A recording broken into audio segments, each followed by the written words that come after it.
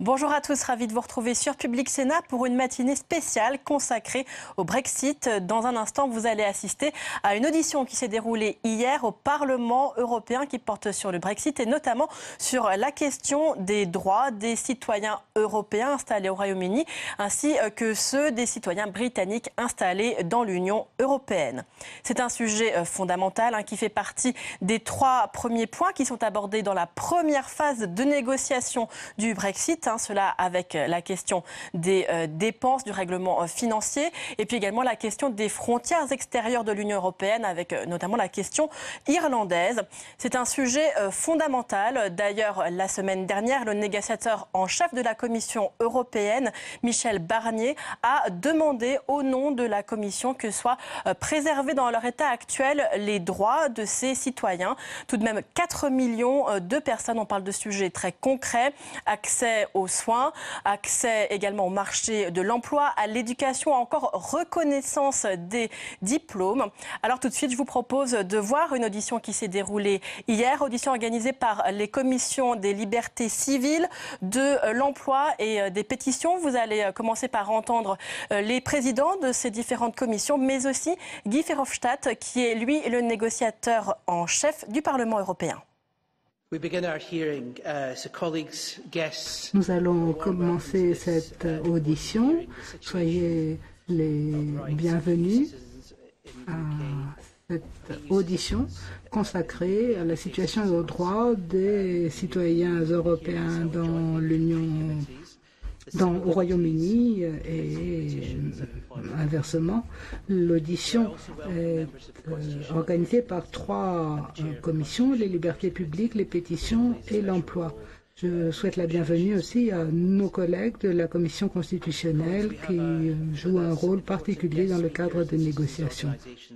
Nous avons le plaisir d'accueillir des invités et des représentants d'organisations de citoyens aujourd'hui. Merci à tous d'être venus. Notre réunion va être diffusée en web streaming. Elle sera donc enregistrée et consultable sur le site web du Parlement. Il y a au moins une équipe de télévision qui a demandé l'autorisation de filmer et nous avons un certain nombre de journalistes présents. L'interprétation est disponible dans toutes les langues de l'Union européenne, exception faite du gaélique. Je vais dire quelques mots avant que nous ne commencions. J'aimerais d'emblée dire que des auditions comme celle-là sont tout à fait excellente dans la mesure où il y a eu tout un travail préparatoire de la part de députés qui veulent diffuser l'information sur les droits des citoyens européens au Royaume-Uni et inversement et qui veulent que la transparence règne. Il y a donc un certain nombre de députés qui sont là aujourd'hui et qui ont travaillé dur dans leur circonscription, auprès des autorités et des institutions, également pour veiller à ce que votre voix puisse être entendue.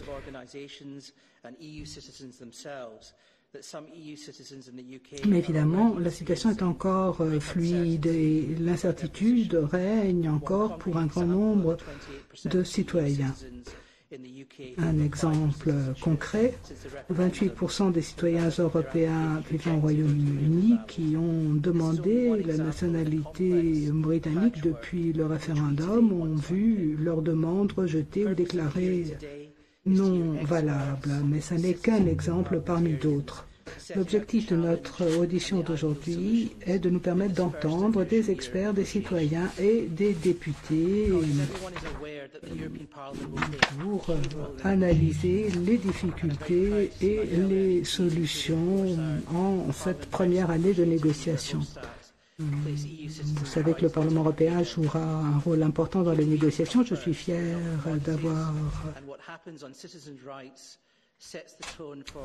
de voir que mes collègues veulent que les droits des citoyens soit prioritaire dans ces négociations, à commencer par le négociateur Guy Verhofstadt. Ce sont les êtres humains, les personnes qui doivent passer d'abord, pas les marchandises. Nous attachons une grande importance aux droits des citoyens au Parlement. Nous avons vu apparaître un certain nombre de difficultés et nous voulons maintenant que pendant les négociations, un certain nombre de garanties soient apportées. Vous aurez l'occasion d'entendre Guy Verhofstadt, mais vous aurez aussi l'occasion d'entendre les experts invités qui vont nous dire ce qui est possible et ce qui ne l'est pas. Et je serai le premier à être impatient de les entendre. Nous aurons ensuite un débat après les interventions des experts. Nous avons parmi nous des gens qui ont travaillé, étudié toutes les questions qui se posent dans ce contexte et qui devraient donc nous permettre d'avancer. Sans plus attendre, j'aimerais donner la parole à de mes coprésidentes.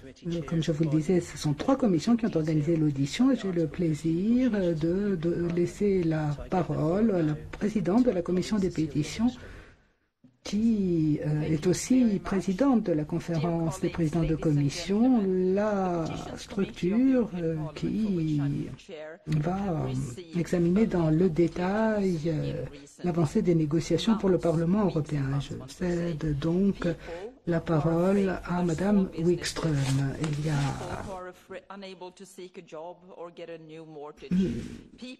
beaucoup de gens qui sont dans l'incertitude aujourd'hui, des gens qui craignent,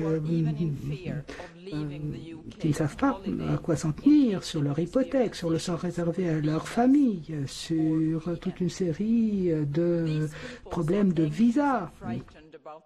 Il y a donc actuellement beaucoup de gens qui ont peur de l'avenir. Le Brexit a jeté l'incertitude pour un grand nombre de citoyens, des millions de citoyens. Il faut donc que nous fassions la clarté sur la situation de ces citoyens et les droits de ces citoyens. Il faut que cette question soit réglée avant tout autre. L'un des droits affectés par le Brexit, c'est le droit de présenter une pétition. Droit qui incombe à toute personne physique ou morale qui séjourne ou qui est installée dans un pays membre de l'Union européenne. C'est un droit très important pour la vie démocratique dans nos pays. Et le Parlement européen a des prérogatives dans ce domaine pour répondre aux attentes des citoyens. Il s'agit d'un dérouage de la démocratie représentative. Il s'agit aussi de quelque chose qui renforce l'image du Parlement aux yeux des citoyens européens.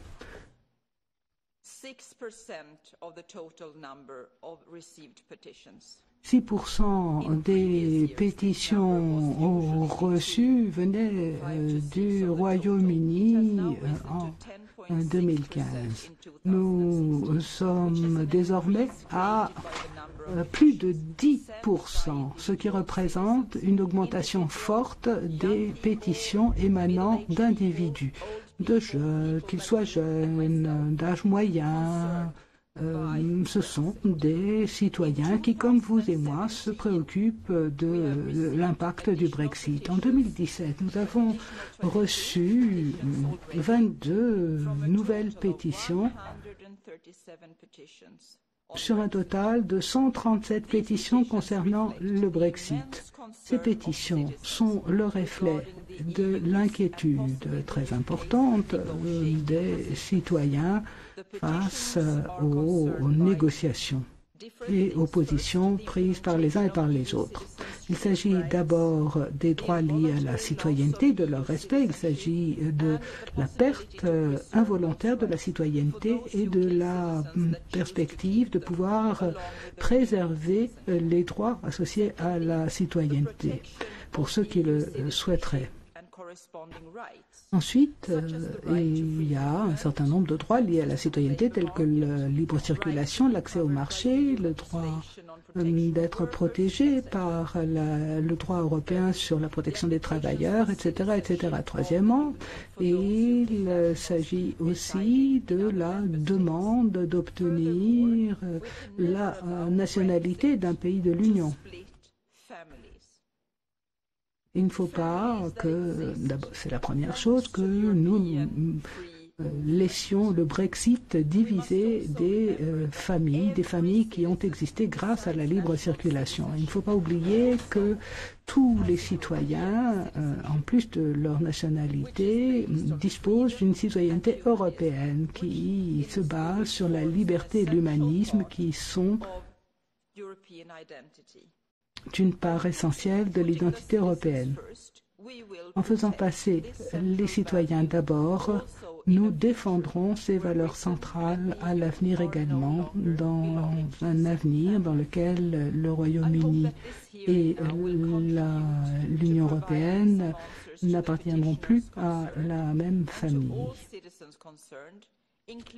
J'espère que ces pétitions pourront recevoir des réponses satisfaisantes à la satisfaction des 3 millions de ressortissants européens non britanniques vivant au Royaume-Uni et du 1,5 million de Britanniques vivant dans d'autres pays de l'Union européenne. Il ne s'agit pas là d'une question politique, d'une question qui relève de stratégie politique, mais bien d'un enjeu pour la vie d'un grand nombre de personnes. Il s'agit de valeurs, il s'agit de dignité, il s'agit de ce que les gens veulent, pouvoir être traités aussi bien que tout un chacun. C'est seulement en faisant en faisant passer les citoyens en priorité que nous pourrons trouver des solutions satisfaisantes pour tous. Et je suis heureuse de pouvoir avoir cet échange avec vous et je passe maintenant la parole à ma coprésidente de la Commission de l'Emploi, Madame Renate Weber. Merci Cécilia, chers coprésidents, chers invités, chers collègues, chers participants.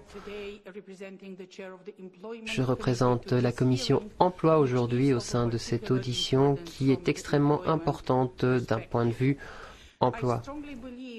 Je pense sincèrement que lorsque nous réfléchissons à la question des conséquences du Brexit, nous ne pouvons que nous inquiéter du sort des citoyens européens, des gens qui étudient, qui vivent, qui travaillent au Royaume-Uni et des Britanniques qui vivent, travaillent et étudient dans le reste de l'Union européenne.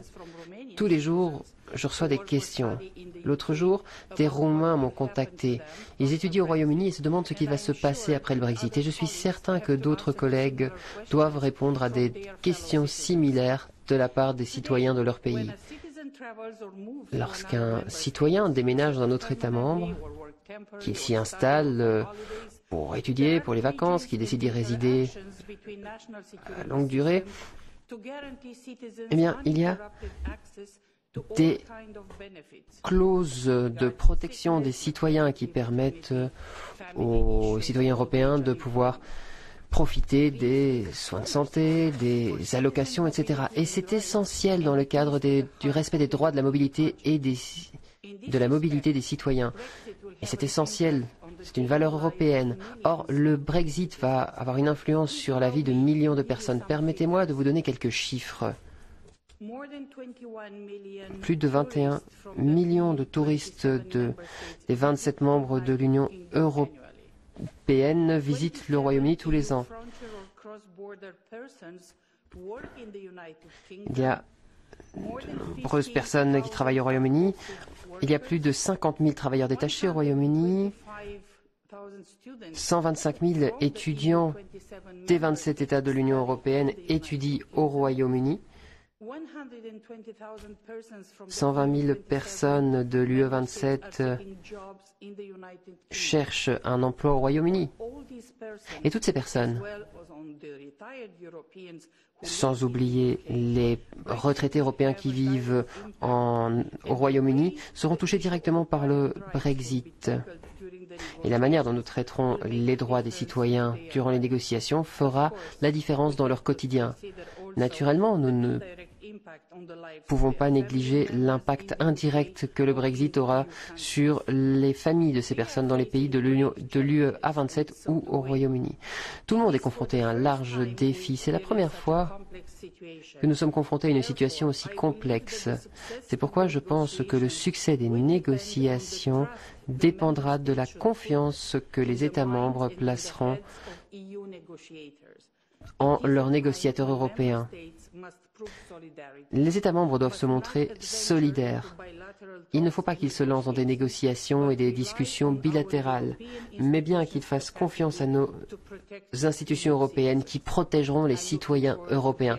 Et je me réjouis d'entendre nos experts à ce sujet. Merci. Merci, Renate. La Commission Affaires constitutionnelles va jouer un rôle très important. Et Madame Hübner, la présidente de cette commission, vous a réservé une petite introduction. Merci. Je vais m'associer à mes collègues, à Claude, qui vous souhaite la bienvenue à ce débat. Et d'autre part, je voudrais également vous dire qu'il est important que les commissions parlementaires coopèrent au maximum sur des questions horizontales dans le cadre du processus de Brexit. Et cette question, telle que celle que nous allons discuter aujourd'hui, celle des droits des citoyens, en est l'exemple. Et c'est la raison pour laquelle je suis ravie que les collègues des trois commissions ont ouvert la porte à la commission des affaires constitutionnelles, parce qu'en fin de compte, nous sommes responsables de la procédure de consentement au Parlement européen, mais nous avons ces dernières années également été impliqués dans de nombreux débats ou auditions liées aux droits des citoyens. La semaine dernière, nous avons entendu le professeur Maduro, qui est l'ancien avocat général de la Cour de justice, qui est intervenu sur ces questions, et je suis ravie de pouvoir être ici avec vous pour écouter ces débats.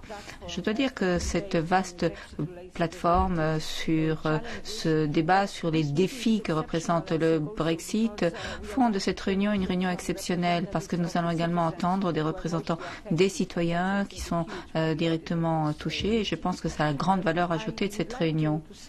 Je souhaiterais intervenir brièvement sur les perspectives de la commission AFCO, la protection des droits individuels au sein de l'architecture juridique de l'Europe, très importante, repose sur des principes constitutionnels importants de l'Union européenne, et c'est la raison pour laquelle la protection des droits des citoyens dans le cadre du processus du Brexit est essentielle et au cœur même des préoccupations de l'Union. Et la réaction que nous apporterons, la réponse apportée à cette question fondamentale au cours des négociations aura un impact sur la vie de millions de citoyens de l'Union européenne, et également, je souhaite souligner ce point, c'est également un élément très important sur notre réflexion de l'ordre juridique constitutionnel européen à venir dans le cadre de la citoyenneté européenne. Donc, sans le moindre doute, nous devons apporter la juste réponse aux défis qui nous attendent dans ce domaine.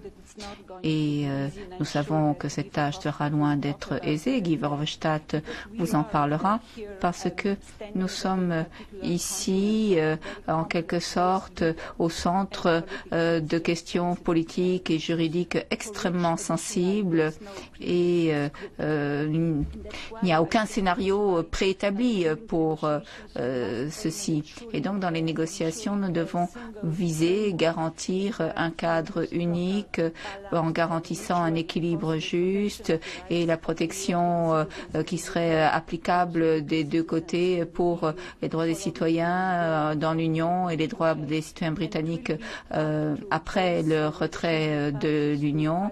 Et il s'agira pour les parties en négociation de se mettre d'accord sur la palette des droits des citoyens. Et d'après nous, dès le départ, il est important de définir très clairement le cadre constitutionnel et juridique dans lequel nous devons agir pour répondre aux questions posées, et nous devons garantir que le processus politique des négociations est correctement repose correctement sur le point de vue juridique de l'Union européenne. Et ici, le rôle du Parlement européen est très important. Mais il s'agit de savoir s'il y a des limites à la marge de négociation discrétionnaire.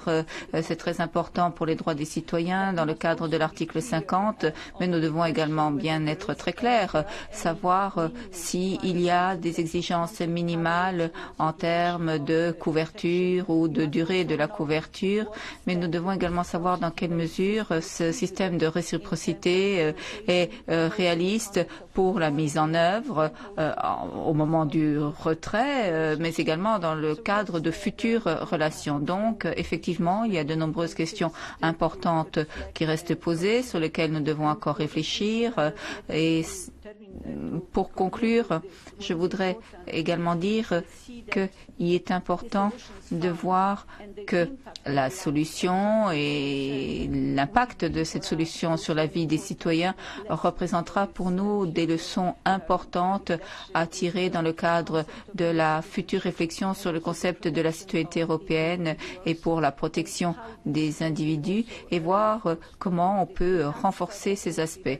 Donc, il s'agit d'attentes très exigeantes et notre réaction aura une signification historique. Merci. Alors, dès le départ, Guy Verhofstadt nous a dit que les droits des citoyens seraient dans le premier chapitre des négociations, et il a fait de ce point une des priorités de son agenda. Et je présente M. Verhofstadt, le responsable du Parlement européen pour les négociations. Merci, très heureux d'être présent. Je tiens à remercier les commissions d'avoir joint leurs forces afin d'organiser cette audition très intéressante. Audition à propos des droits des citoyens européens au Royaume-Uni et des droits des citoyens britanniques en Europe. Je vais vous parler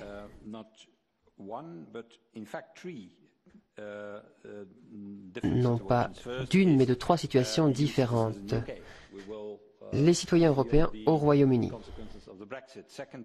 vont devoir subir les conséquences du Brexit. Deuxième point, les droits des citoyens britanniques en Europe. Mais nous allons devoir parler d'une troisième catégorie, les citoyens britanniques au Royaume-Uni qui veulent maintenir un lien avec l'Union européenne. Autrement dit, il n'y a pas une ni deux, mais bien trois catégories de personnes, catégories de citoyens européens et britanniques qui vont être touchés par le Brexit. Je dis touchés, c'est vraiment touchés de plein fouet, car si ces personnes sont victimes, entre guillemets, de la décision de quitter l'Union européenne, eh bien, cela est dû à l'incertitude qui a été créée il y a environ un an. Cette incertitude, nous la sentons au travers de tous les contacts que nous entretenons avec les citoyens britanniques sur le continent, mais également avec les citoyens européens au Royaume-Uni et même dans la société britannique, car les citoyens britanniques risquent de perdre leur identité européenne. J'ai reçu des mails et des lettres, et je parle de 6 à 7 000 contacts de personnes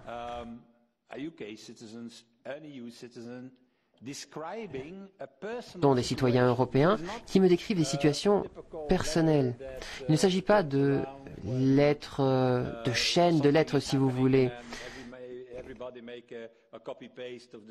que l'on copierait et que l'on renverrait. Non, non, je vous parle de lettres individuelles, de 1 page, 2 pages, 5 pages, qui me décrivent quels sont les drames personnels qui se jouent. Et au final, à la fin de ces lettres, en conclusion, on me dit souvent «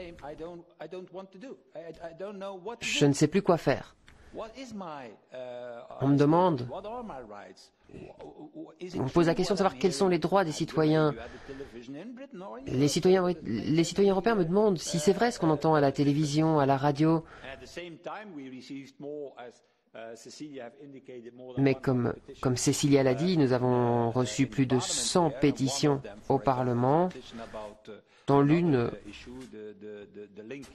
concerne les liens entre les citoyens britanniques et l'Union européenne. Nous demandent de maintenir les liens. Et il y a plus de 300 000 personnes qui ont signé cette pétition. Autrement dit, ce dont je vous parle, ce n'est pas un petit problème qui va toucher quelques personnes. Non, c'est un problème massif qui va toucher énormément de citoyens. C'est un problème de masse, mais un problème individuel, car chaque cas est différent. Et les citoyens ont peur. Ils s'inquiètent de leur avenir. Nous parlons de 3 millions de citoyens européens au Royaume-Uni. Nous parlons de plusieurs millions de citoyens britanniques vivant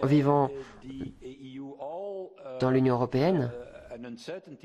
Et toutes ces personnes ressentent une grande incertitude à cause de la décision qui a été prise. La plupart de ces personnes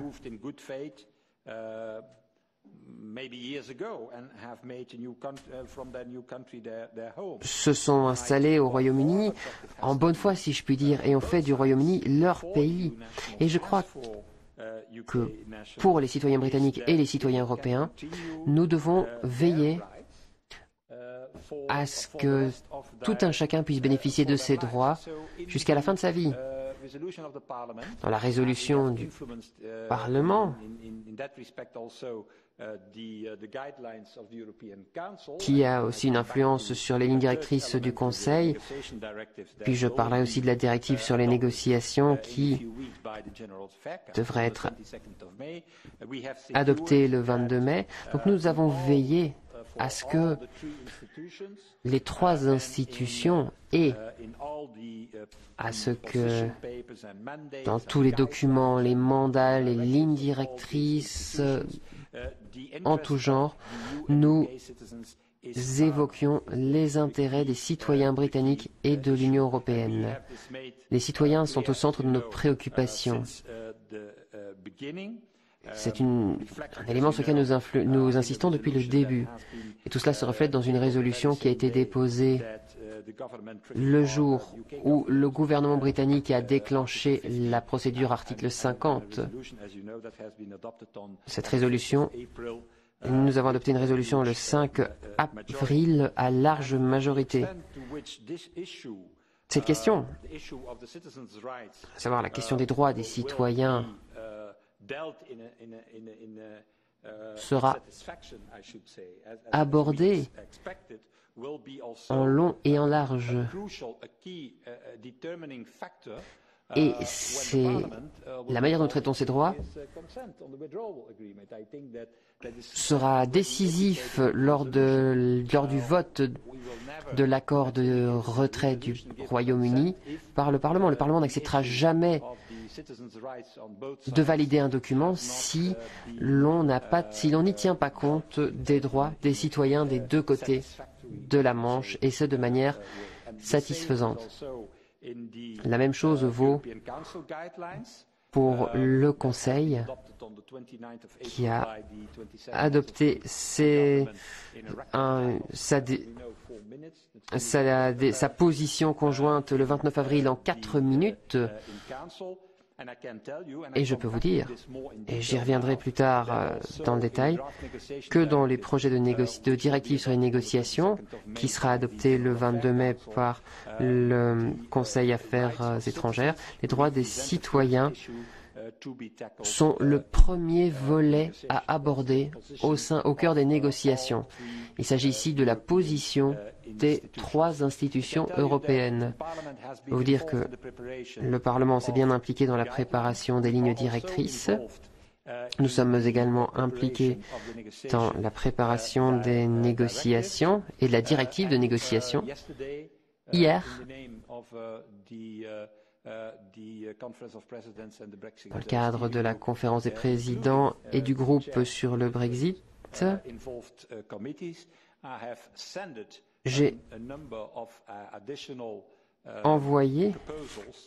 j'ai déposé une série de propositions supplémentaires pour le Conseil AFET et j'espère que mes propositions seront incorporées dans les discussions du 22 mai prochain lorsque le Conseil prendra sa décision sur la directive.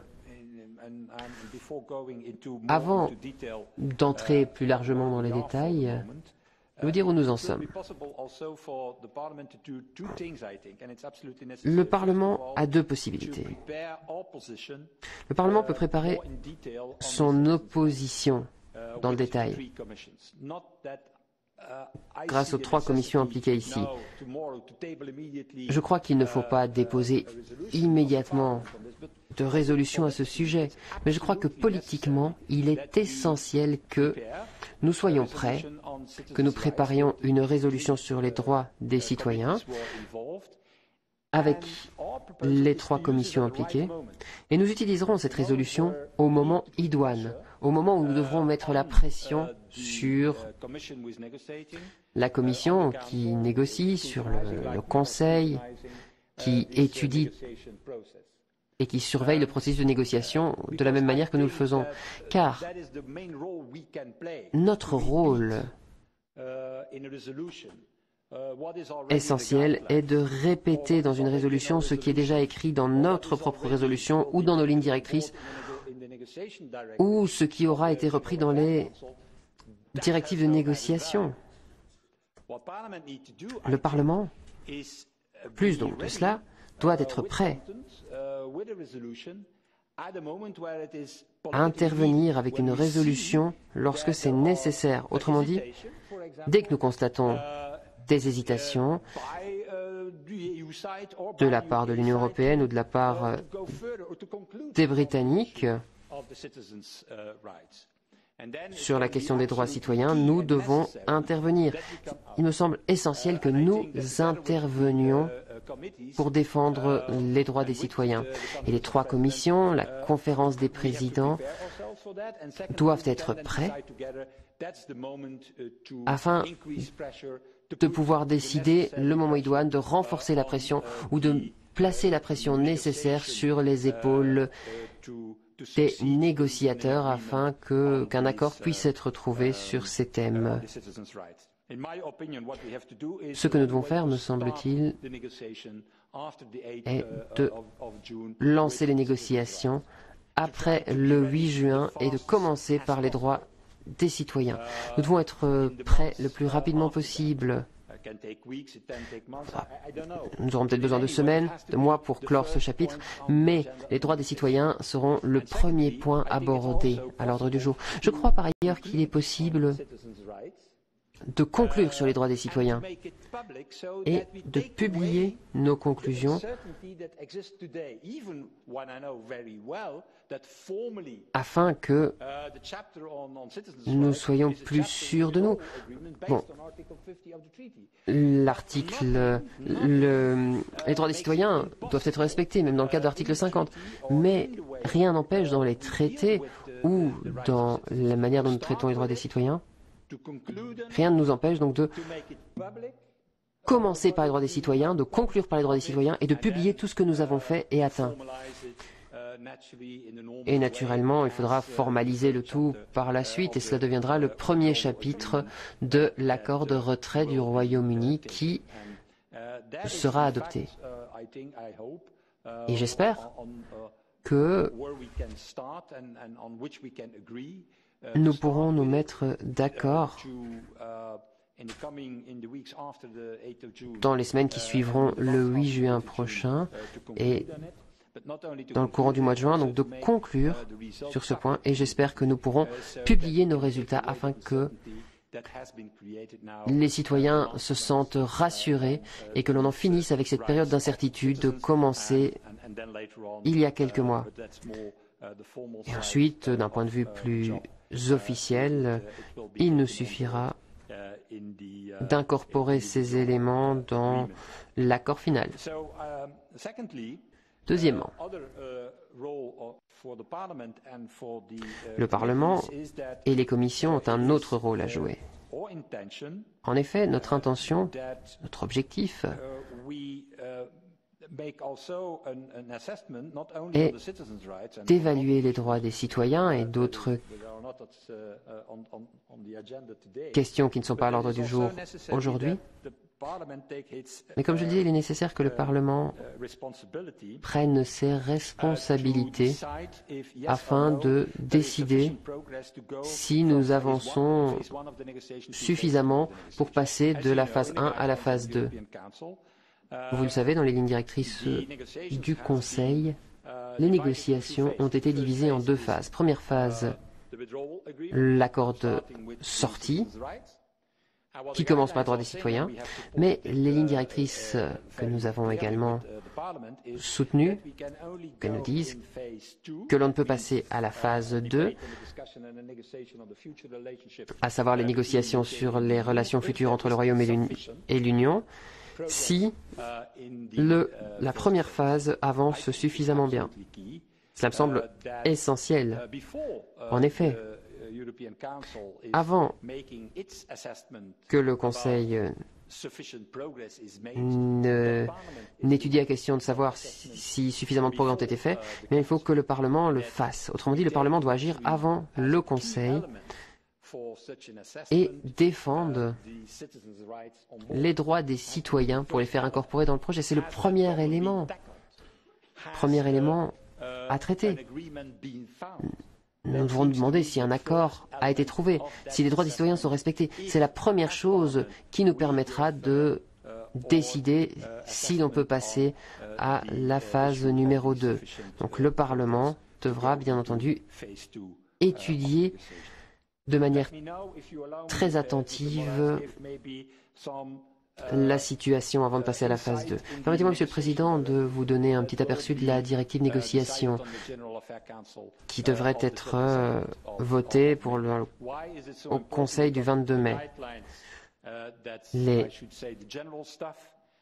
lignes directrices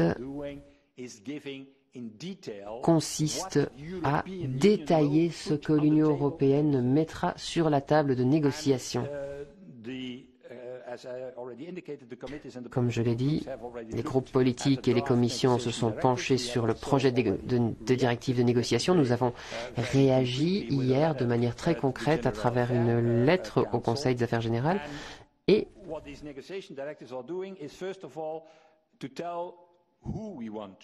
la directive a pour objectif de dire qui nous souhaitons protéger. Cette directive indique qu'il ne s'agit pas uniquement de protéger les personnes actives économiquement, mais également celles qui sont inactives et qui vivent ou travaillent actuellement au Royaume-Uni. C'est la première chose. La directive négociation indique par ailleurs que nous souhaitons corriger les personnes qui ont vécu ou qui ont travaillé au Royaume-Uni. Et il ne s'agit pas uniquement de protéger les personnes qui ont vécu là-bas, mais celles qui vivent là-bas, mais celles qui ont vécu aussi au Royaume-Uni. Et troisième point, nous indiquons en tant qu'Union européenne que les personnes qui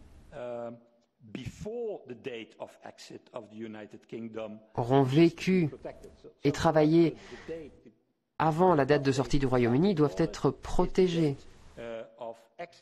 Car la date qui importe, c'est la date de sortie. Il n'y a pas d'autre date qui importe. Certaines rumeurs disaient que les Britanniques estimaient que la date du déclenchement de l'article 50 devait être la date où les accords s'appliquaient, mais ce n'est pas possible. Enfin, dernier élément, c'est la question des membres des familles, des proches.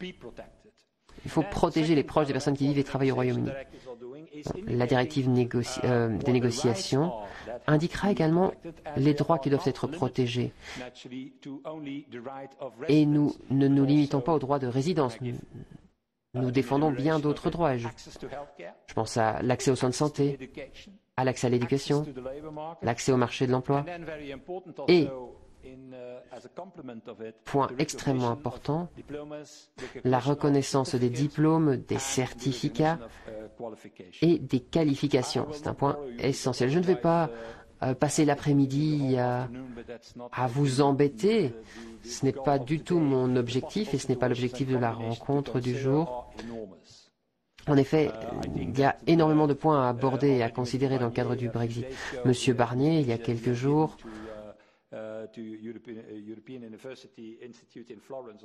a donné un discours à Florence, à l'Université européenne, et il a cité une série d'exemples illustrant des cas pratiques.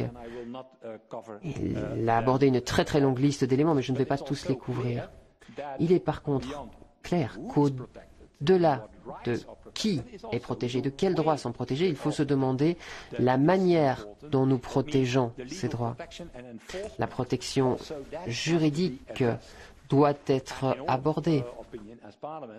Et en tant que Parlement, nous estimons que nous ne pouvons travailler que sur base du droit communautaire et sur la jurisprudence de la Cour de justice. Enfin, en ce qui concerne l'espace économique européen, le Royaume-Uni devra respecter la jurisprudence et devra respecter les arrêts de la Cour de justice qui s'appliqueront toujours au Royaume-Uni.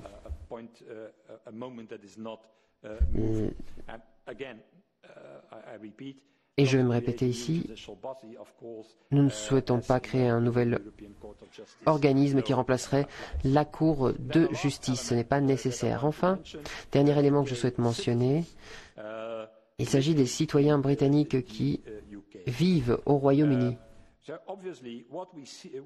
En effet, nous cherchons à établir un traitement réciproque pour les citoyens britanniques. Les droits des citoyens britanniques qui vivent ou ont vécu, qui travaillent ou ont travaillé dans l'un des 27 États membres de l'Union européenne doivent être pris en compte simultanément. En ce sens, nous avons envoyé un amendement au Conseil afin que le Conseil inclue le principe de réciprocité dans son document, ce qui n'était pas encore le cas. Il s'agit donc d'une grande demande du Parlement.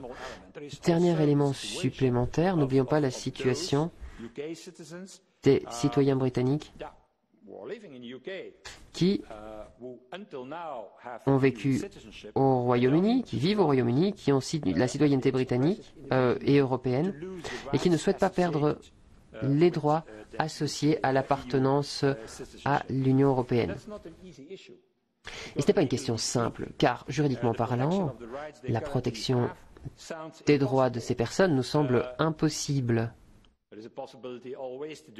Naturellement, il est toujours possible de modifier les traités, mais je ne suis pas sûr que nous le fassions. Ce que nous pourrions faire, en revanche, ce n'est pas créer une citoyenneté spéciale pour les habitants du Royaume-Uni, car la citoyenneté européenne dépend de l'appartenance de la citoyenneté d'un autre État membre. Donc la citoyenneté européenne est un complément à la citoyenneté nationale. Mais qu'allons-nous faire ? C'est ce qui se retrouve dans l'article 27, si je ne m'abuse. Et je demande à mes services de vérifier.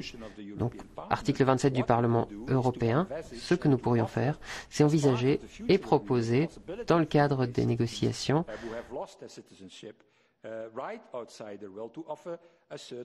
donc, nous pourrions proposer d'offrir certains avantages, certains droits, privilèges, traitements de faveur aux citoyens qui ont eu la citoyenneté européenne. Je pense par exemple au droit de résidence, à la possibilité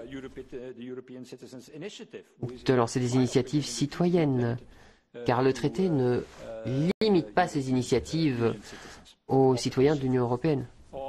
La liberté de rédiger des pétitions, par la protection consulaire. Alors, les citoyens britanniques pourraient peut-être avoir la possibilité de participer aux élections européennes. On pourrait envisager donc de nombreuses possibilités de protéger les droits des citoyens. Je pense que ce que nous avons fait jusqu'à présent, c'est sur la base du paragraphe 27 de la résolution du Parlement qui demande à ce que le Parlement soit consulté dans les négociations. Nous avons demandé à Mme Jourova, la commissaire, d'examiner les négociations et de nous donner une réponse sur les possibilités de protection des droits européens. Comment et dans quelle mesure peut-on les protéger? Que doit-on offrir aux citoyens britanniques qui vivent au Royaume-Uni et qui souhaitent garder un lien avec l'Europe? Cet élément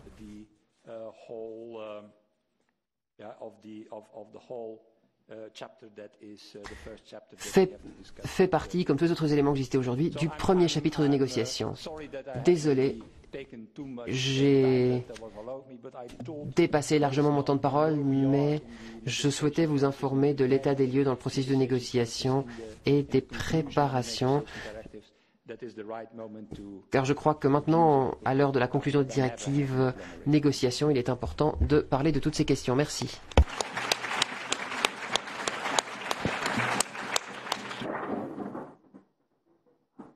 Thank you very much. Merci beaucoup.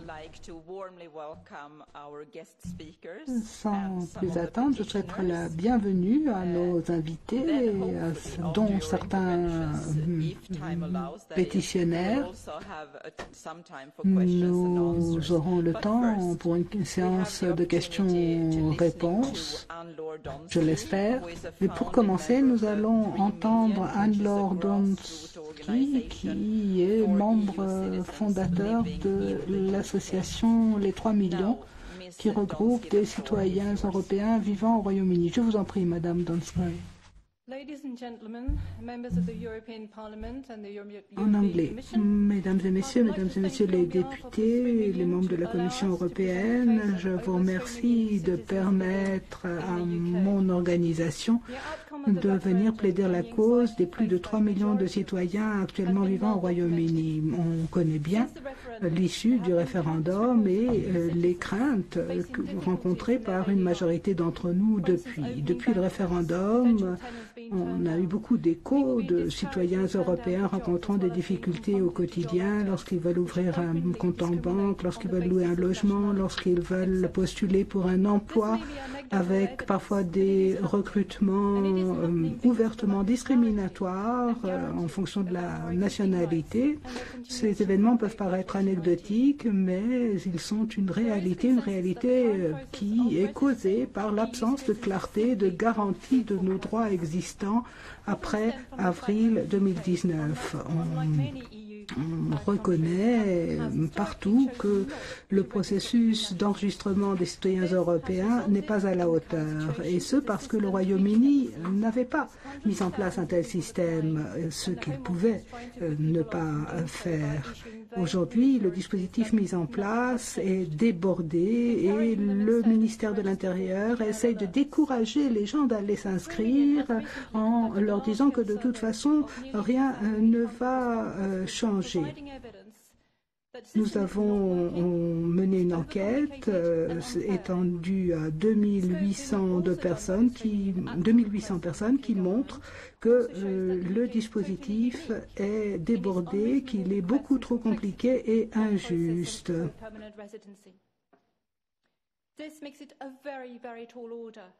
Les exigences du Royaume-Uni et la complexité des procédures applicables à l'octroi d'un titre de séjour permanent sont tout à fait exorbitantes par rapport aux autres pays de l'Union européenne. Madame May a récemment dit qu'il se pourrait que certains voient leur statut changer du jour au lendemain pour ce qui est des ressortissants de pays tiers. Nous devons donc d'ores et déjà demandé que nos droits indivisibles soient reconnus et garantis. Je veux parler des droits qui sont liés à notre résidence au Royaume-Uni, tel que décrit par la Commission sur les droits acquis lors du Brexit de la Chambre des Lords. Ces droits sont menacés, il faut les préserver, les garantir sur une base permanente. Alors, que craignons-nous? Il y a beaucoup de citoyens de l'Union européenne qui n'étaient pas soumis à une obligation de s'inscrire en tant que tels au Royaume-Uni. Et à cause de la liberté de circulation ou parce qu'ils ne remplissaient pas les conditions, ces personnes vont certainement voir se détériorer leur situation. Si les négociations échouaient, on pourrait être logé à la même enseigne que les étrangers hors espace économique européen, avec des effets dissuasifs compte tenu des coûts et des critères à remplir. Que voulons-nous? Nous voulons d'abord que les droits des citoyens européens soient reconnus. Nous saluons les orientations données par le Conseil concernant les négociations, mais nous ne sommes pas d'accord sur le principe selon lequel il n'y a aucun accord, il n'y a d'accord sur rien tant qu'il n'y a pas d'accord sur tout. Compte tenu de la situation tout à fait exceptionnelle dans laquelle 5 millions de personnes se retrouvent actuellement, c'est-à-dire les Européens du Royaume-Uni et les Britanniques vivant dans l'Union européenne, nous demandons la conclusion d'un accord précoce et définitif, contraignant, séparé, qui préserve nos droits indivisibles dans le cadre des négociations de l'article 50. Nous demandons au Parlement européen d'adopter une résolution dans ce sens. Et un accord séparé devrait être conclu en dehors du reste des négociations. Il faudrait que le Conseil modifie le mandat de négociation en conséquence.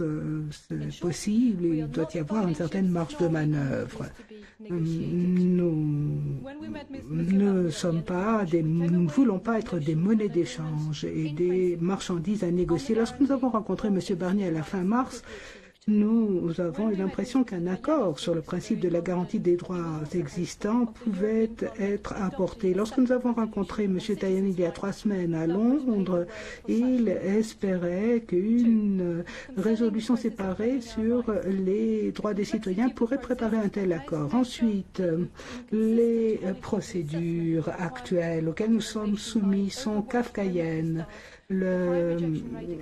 L'évaluation des documents à apporter par le personnel du ministère de l'Intérieur est d'une qualité inégale. Ils sont en sous-effectif, il y a un taux de rejet très élevé. Or, il faut savoir que le titre de séjour permanent est un passage obligé pour obtenir la nationalité britannique. Ce que nous voulons, c'est une procédure déclaratoire, nouvelle, simplifiée, qui nous permettent de faire valoir nos droits. Elle doit être juste, rapide, simple et gratuite. Alors, comment surmonter les principaux obstacles? Il y a d'abord l'exigence d'une assurance maladie complète.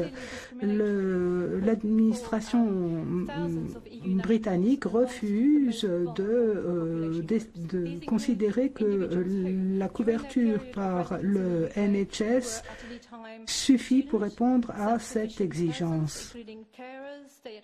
C'est tout à fait discriminatoire pour les plus vulnérables d'entre nous. Il y a des gens qui ont pu être étudiants au Royaume-Uni ou des gens qui sont autonomes et qui peuvent être retraités ou que sais-je.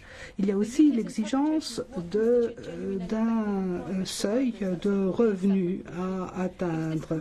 L'interprétation que donne le Royaume-Uni de la définition d'une activité professionnelle professionnel, que l'on soit salarié ou indépendant, est discriminatoire vis-à-vis des travailleurs qui travaillent au salaire minimum et à temps partiel et tous ceux qui n'atteignent pas le seuil fixé. Sans parler des contrats 0 heure ou des emplois irréguliers compte tenu des conditions de santé, de handicap ou autres. D'ailleurs, les personnes handicapées ou en longue maladie ne sont pas couvertes par les directives de 2004. Et pourtant, ces personnes ne peuvent pas faire valoir les droits que leur confère le traité. Elles sont donc menacées. Les citoyens de l'Union européenne, il y a des citoyens de l'Union européenne qui sont en cours d'acquisition de droits. Les citoyens européens qui n'auront pas séjourné au Royaume-Uni 5 ans au moment de la sortie du Royaume-Uni perdront leur possibilité d'obtenir leur droit d'obtenir un titre de séjour permanent. Il y a aussi la question du séjour ininterrompu. Des personnes perdront leur droit au séjour si elles ont quitté le Royaume-Uni pendant plus de 2 ans ou si elles le quittent pendant plus de 2 ans. Et il y a aussi la perte de certains avantages qui pourraient être subis par les Européens qui resteraient au Royaume-Uni s'ils devaient se trouver dans un autre pays de l'Union européenne. Par exemple, quelqu'un qui serait européen, qui vivrait au Royaume-Uni et qui voudrait s'inscrire dans une université ailleurs dans l'Union européenne pourrait être soumis après le Brexit à des droits d'inscription applicables aux pays tiers beaucoup plus élevés. Il y a donc toutes sortes d'obstacles. Je n'ai cité que le sommet de l'iceberg. Ce qui est déterminant, c'est de voir ce que sera le sort de ceux qui ne sont pas considérés comme résidents légalement au Royaume-Uni parce qu'ils n'ont pas été enregistrés comme tels. Il y a un taux de rejet de 30% des demandes. Ces personnes sont en situation précaire. Les catégories de personnes affectées sont très variées. Les vies qu'il y a derrière également, nous comprenons que l'Union européenne ne puisse pas aller en deçà de l'exigence de 5 ans de résidence légale, mais nous espérons qu'il y aura une marge d'interprétation telle que ceux qui vivent au Royaume-Uni puissent acquérir le titre de séjour permanent et pas seulement ceux dont on estime qu'ils étaient en séjour légal avant le Brexit. Donc il y a 3 choses. Il faut identifier et inscrire les citoyens européens vivant au Royaume-Uni. Il faut donner un titre de séjour permanent à tous ceux qui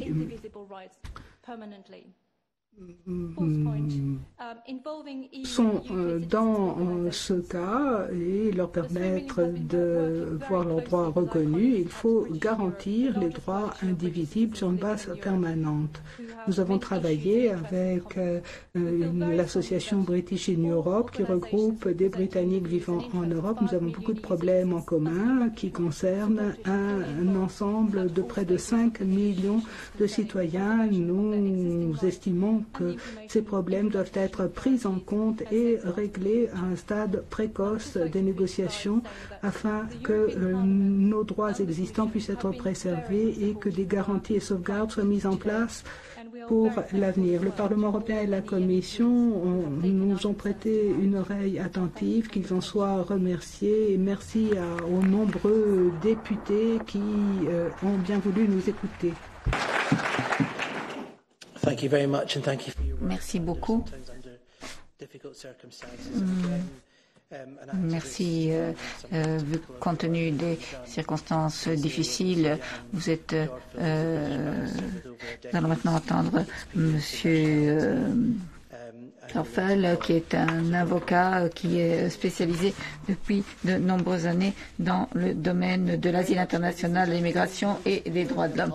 Mesdames, Messieurs, merci beaucoup. Mesdames, Messieurs les parlementaires, Monsieur Moraes, je voudrais vous remercier en particulier la commission Libé, Emploi et Pétition de m'avoir fait l'honneur de me permettre d'intervenir ici. Je suis à la fois allemand et britannique. Je parle désormais toutes les langues avec un accent. Et pour moi, l'Europe n'est pas quelque chose de théorique ou l'ennemi, comme le voit Theresa May, mais l'Europe, c'est mon foyer et mon père. Je viens de Francfort avec mon père, ma belle-mère et tout cela montre ce qu'est l'Europe pour moi. Et je voudrais revenir sur les différents aspects parce que ce que vous voyez maintenant sur ce transparent sont les points qui viennent d'être évoqués. Et moi, je voudrais évoquer le dilemme auquel on est confronté lorsque l'on veut demander la citoyenneté britannique. Le problème pour les familles aujourd'hui ou qui demain veulent rejoindre les leurs. Et puis, je voudrais revenir au point essentiel évoqué par M. Verhofstadt.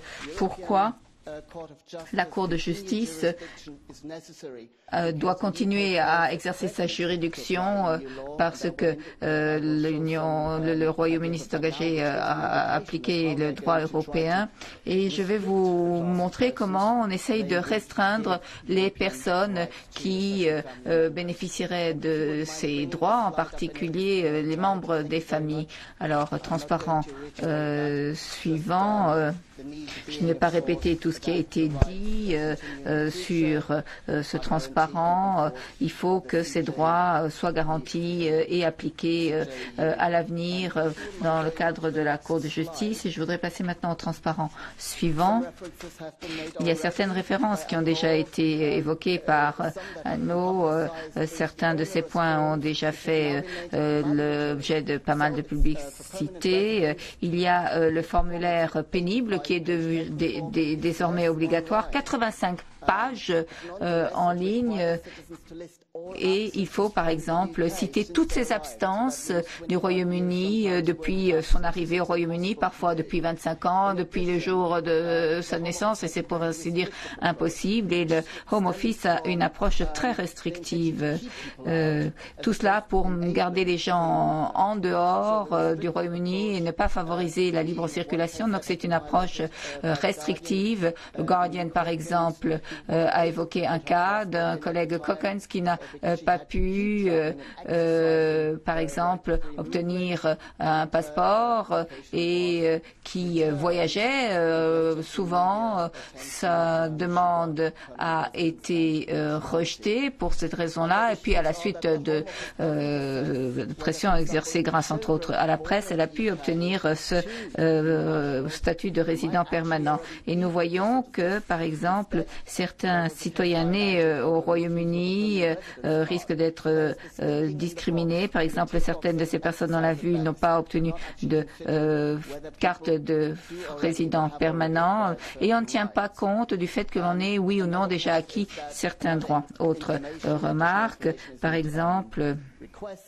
on demande des documents supplémentaires et si on ne les fournit pas, il y a refus. Donc il faut représenter une nouvelle demande ou aller en appel. Il faut 33 semaines au départ pour les citoyens européens pour obtenir une audition en appel, plus d'un an pour les citoyens non européens et nous voyons désormais qu'il n'y a plus de droit d'appel pour les autres membres de la famille, ce qu'on appelle la famille élargie au Royaume-Uni.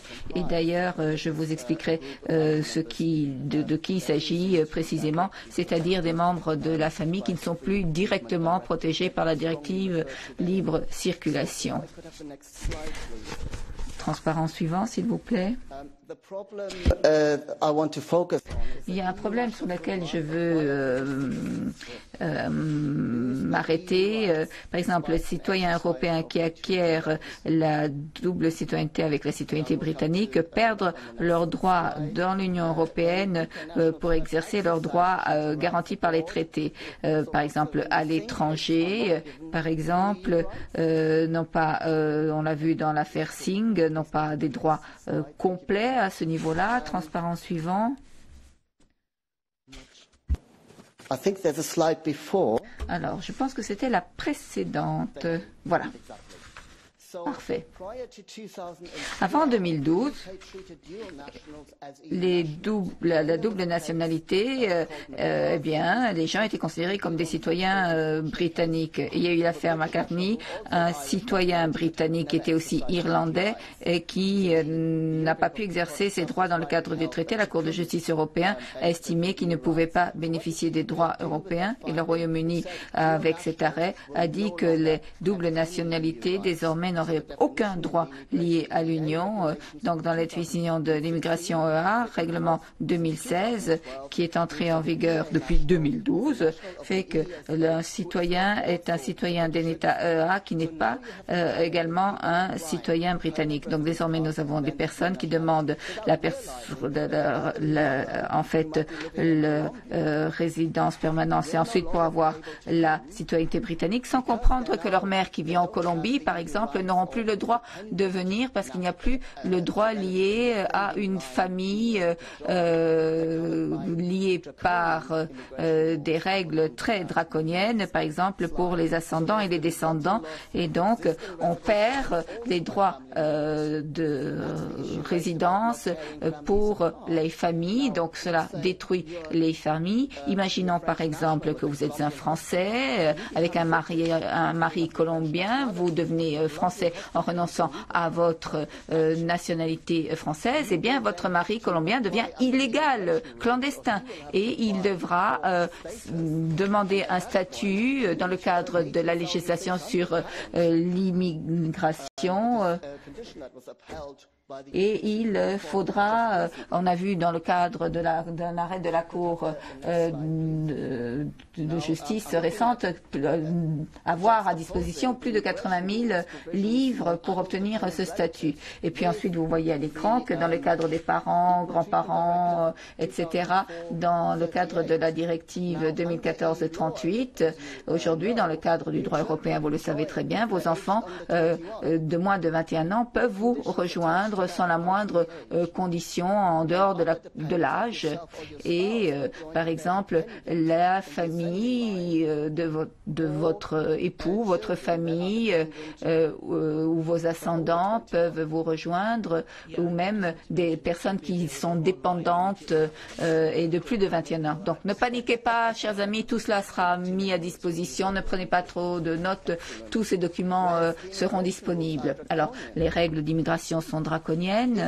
Et si vous avez plus de 18 ans, frères, sœurs, enfants, vous devez avoir la possibilité de bénéficier de soins à long terme, à condition que ces soins ne soient pas disponibles dans votre pays d'origine ou qu'ils ne soient pas payables. Mais en tant que citoyen britannique, vous devez garantir que vous pouvez payer au Royaume-Uni tous les frais médicaux. Donc dans un pays où il n'y a pas de système sanitaire ou dans des pays où les systèmes sanitaires sont plus onéreux, les États-Unis par exemple, ça pose des problèmes, ce qui a empêché maintenant le regroupement familial et c'est un grand défi dans le cadre du Brexit et je n'ai aucun doute dans le cadre de l'article 8, droit à la vie familiale, ce genre de réunification sera refusé.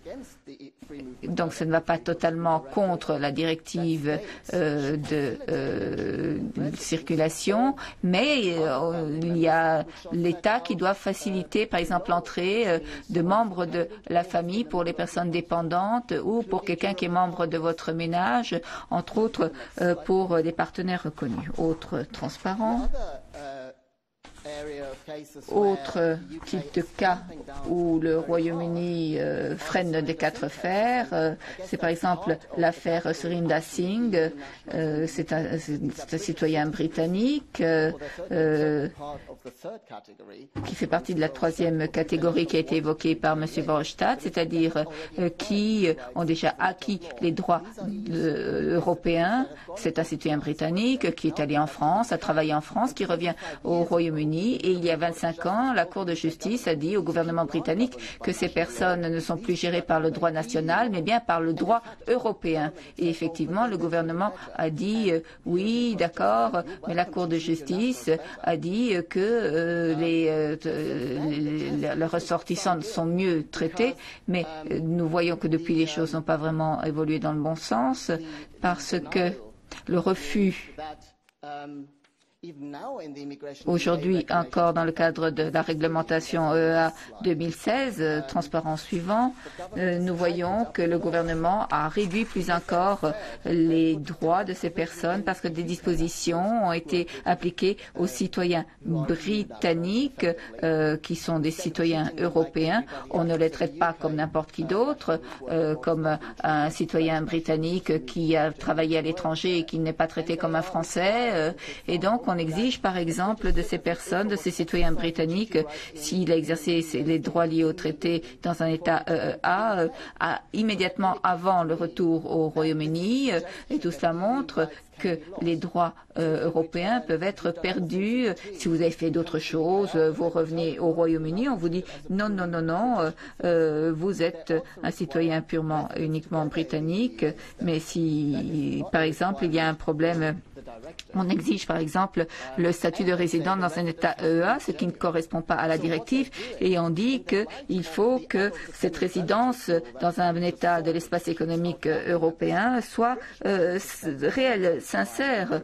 Et donc, on a le cas de personnes qui sont parties travailler 3 mois en Irlande et le Royaume-Uni leur dit non, nous ne vous acceptons pas parce que vous n'êtes pas des ressortissants européens et donc vous ne devez pas être traités en tant que tels. Et il y a le test d'authenticité qui a été introduit. Alors, moi, j'ai des cas, par exemple, où une partie de la famille est en Irlande, une partie de la famille vit au Royaume-Uni parce qu'ils vont à l'école ou que sais-je, et le Royaume-Uni a dit non, le pays, la famille entière n'a pas déménagé, donc vous n'avez pas l'obligation d'appliquer ces droits des citoyens dans le cadre de cette liberté de circulation. Et le transparent suivant. Si vous déménagez pour contourner certaines législations d'immigration qui s'appliquent à des citoyens non espace économique européen auxquels les membres de la famille auraient été soumis, et vous ne pouvez pas en bénéficier si ça ne s'applique pas à vous. Donc, on contourne le droit européen avec ce genre de motivation, et dans l'affaire Ackridge, on voit que cela n'est pas respecté. Donc, dans le cadre des négociations, il est très probable que le gouvernement va utiliser ces règles en disant les citoyens britanniques, les droits du traité ne s'appliquent pas à eux parce que ce sont tout simplement des citoyens britanniques. Et d'ailleurs, certaines références ont été faites à l'arrêt de la Cour de justice en remettant en cause l'application de l'affaire Singh, et la question qui se pose est de savoir si l'on perd ses droits européens lorsqu'on acquiert la nationalité britannique. Et je pense que dans le cadre de la définition des droits liés au traité, les choses sont en pleine évolution parce que le gouvernement britannique va très certainement vouloir appliquer ce genre de règles pour ne pas appliquer les obligations liées au traité.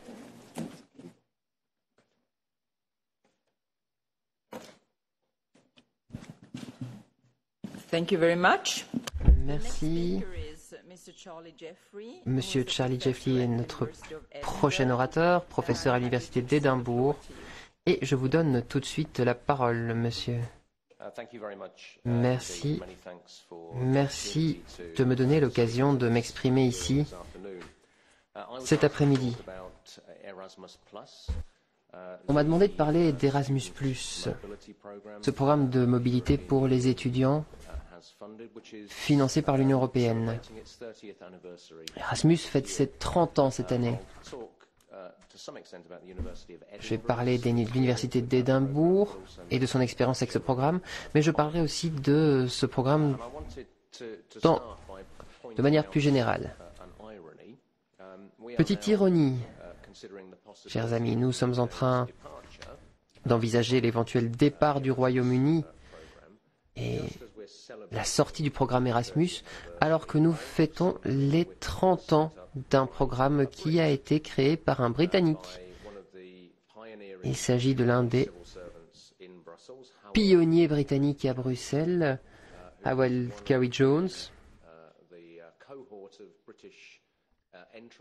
qui a milité en 1973 pour l'entrée du Royaume-Uni dans l'Union européenne et qui était le premier directeur de l'éducation et de la formation. Et c'est lui qui a créé un projet pilote qui est devenu Erasmus. Donc son projet d'origine a commencé en 1976 et c'est en 1987 qu'Erasmus est né. Donc je tiens à saluer Howell Carey-Jones et sa vision.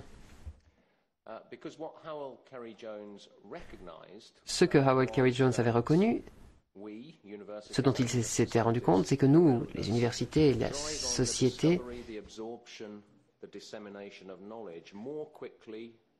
permettent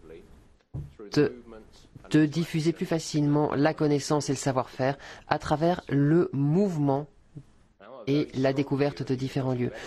Bon. Je représente l'université d'Édimbourg, mais je crois que de nombreuses universités européennes et britanniques défendent le même point de vue. Un programme comme Erasmus+, qui encourage le mouvement et l'interaction entre les pays européens, et je ne parle pas uniquement d'universités et d'étudiants, mais également d'un programme, mais également de la société dans son ensemble, est essentiel. Et compromettre tout cela, comme le Brexit le souhaiterait, eh bien, cela risque de poser problème, pas uniquement pour les universités et les étudiants, mais également pour notre société dans son ensemble. Heureusement, et j'y reviendrai un peu plus tard, mon point de vue est largement partagé. Quelle est la portée de cette question? Dans l'Union européenne, on parle de 5,5 millions qui auront bénéficié du projet Erasmus d'ici 2020. C'est un montant, un nombre très élevé. Notre taux d'envoi, si je puis dire, est 16 000 étudiants vers l'étranger et 27 000 étudiants qui sont accueillis chez nous. Donc, il y a plus d'étudiants qui viennent étudier au Royaume-Uni que d'étudiants qui quittent le Royaume-Uni pour étudier dans le cadre d'Erasmus. Erasmus permet également la mobilité du personnel. Les professeurs se déplacent, coopèrent avec des partenaires, ce qui permet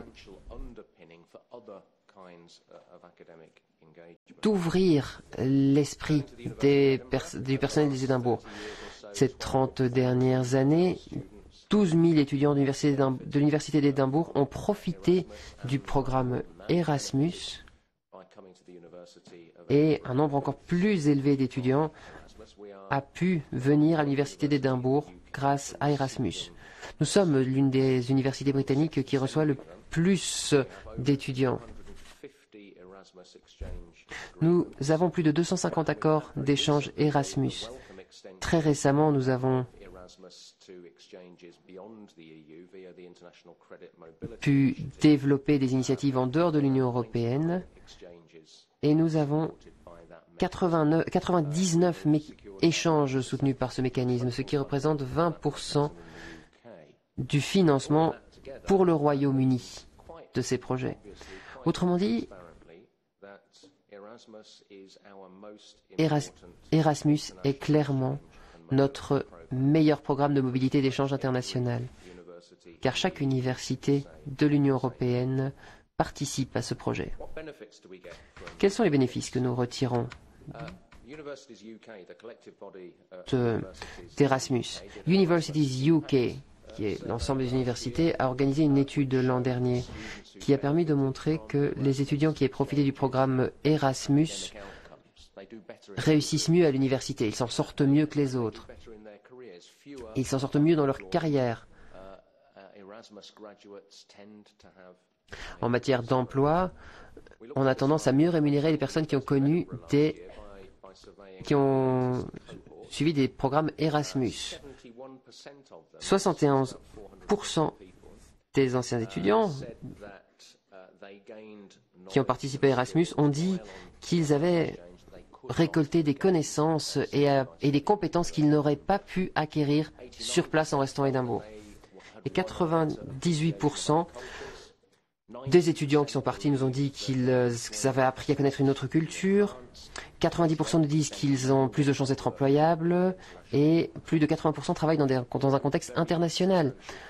Ce sont des chiffres assez éloquents, me semble-t-il. Et si vous mettez cela en perspective avec les 5,5 millions d'étudiants qui ont profité d'Erasmus ces 30 dernières années, vous vous rendez compte du bénéfice clair qu'Erasmus représente pour notre société. Bon, je ne sais pas très bien comment on calcule tout cela, mais on estime qu'Erasmus a produit 1 million de bébés, 1 million d'enfants, vous imaginez. J'ai 4 témoignages sur Erasmus. Premier témoignage. Année fantastique et j'encourage tout un chacun à saisir l'opportunité d'aller en Erasmus. Les bourses permettent de rendre Erasmus tout à fait accessible à tout un chacun, même pour les personnes qui proviennent d'un milieu défavorisé et qui n'ont pas les possibilités d'assumer financièrement un séjour à l'étranger. Donc les bourses Erasmus permettent de couvrir les coûts supplémentaires. Deuxième témoignage. Partir à l'étranger avec Erasmus, c'est la meilleure chose que j'ai jamais fait. J'ai eu l'occasion de vivre indépendamment, de tomber amoureux d'un nouveau pays, de rencontrer de nouveaux amis de partout dans le monde et d'approfondir largement mes connaissances, Troisièmement, Erasmus a amélioré mon employabilité car j'ai pu prouver que j'étais capable de vivre à l'étranger. Maintenant, je parle français, italien et espagnol. Et cela attire largement les employeurs car les Britanniques sont normalement excessivement nuls en langue. Et dernier témoignage. Surtout, ne laissez pas au Brexit la chance de détruire cette opportunité essentielle pour les étudiants britanniques.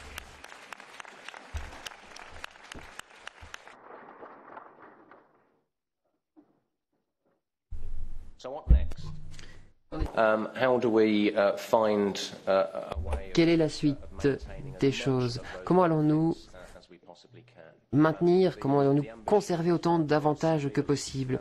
Notre ambition à l'université d'Édimbourg et dans toute université britannique est de conserver notre participation totale au programme Erasmus. La première ministre a fait un discours permettant de présenter les 12 points essentiels de ces négociations. Donc, elle a dit que le Royaume-Uni devait devenir un magnet pour les talents internationaux, donc les étudiants. Elle nous dit qu'il pourrait y avoir certains programmes spécifiques de l'Union européenne auxquels nous voudrions participer. Et en ce cas, nous contribuerons de manière appropriée. Elle nous dit également que nous continuerons à travailler et à coopérer avec nos partenaires européens sur les principales initiatives scientifiques. Autrement dit, on parle de talent, de participation, de programmes, de travail sur la science et la recherche. Eh bien, là, je crois que la Première ministre parle des programmes de recherche européens. Or, notre objectif en tant qu'université britannique est que Erasmus ait le même niveau de priorité que les programmes de recherche européens.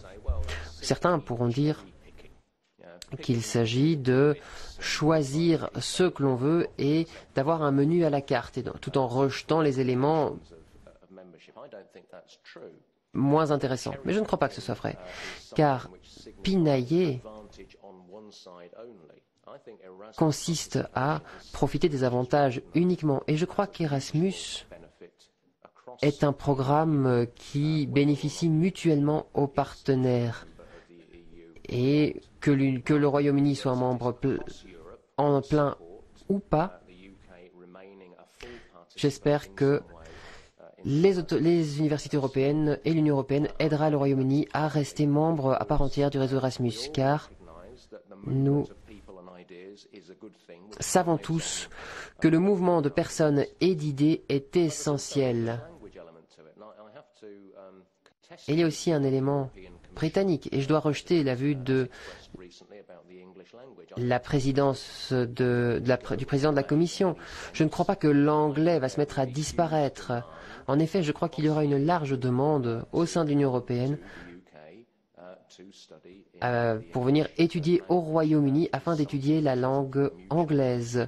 Autrement dit, ces programmes sont des programmes d'intérêt mutuel. Donc je ne veux pas juste choisir les avantages. Il faudra voir comment les négociations évoluent.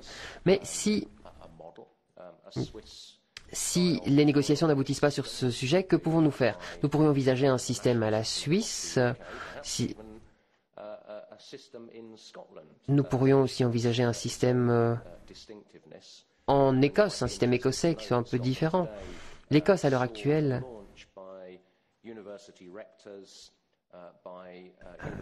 l'Écosse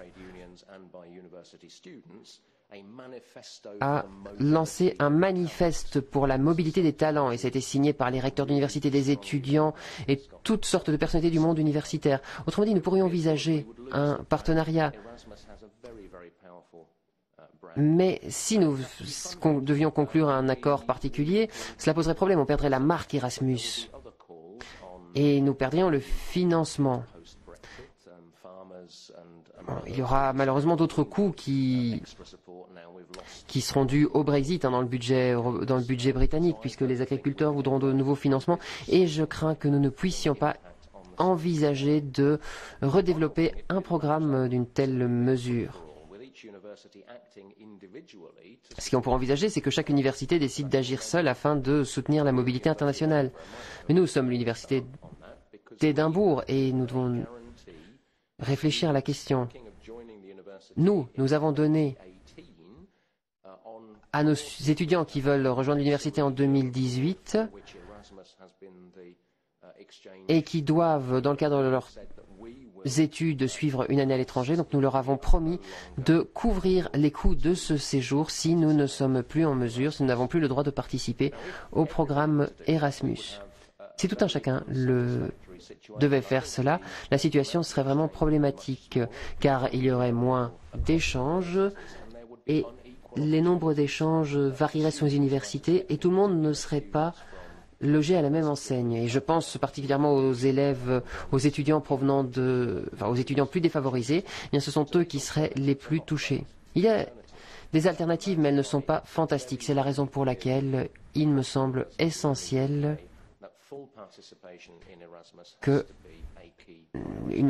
d'assurer la participation totale au programme Erasmus pour les universités. Merci.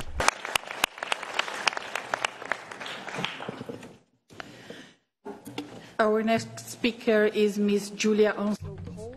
Je donne maintenant la parole à Madame Onslow-Cole, qui est partenaire chez PricewaterhouseCoopers à Londres. Elle dirige le secteur juridique marché et le secteur immigration mondiale. Elle est un expert important de la Task Force Brexit et est aussi membre du conseil consultatif du maire de Londres concernant le Brexit. Je vous en prie.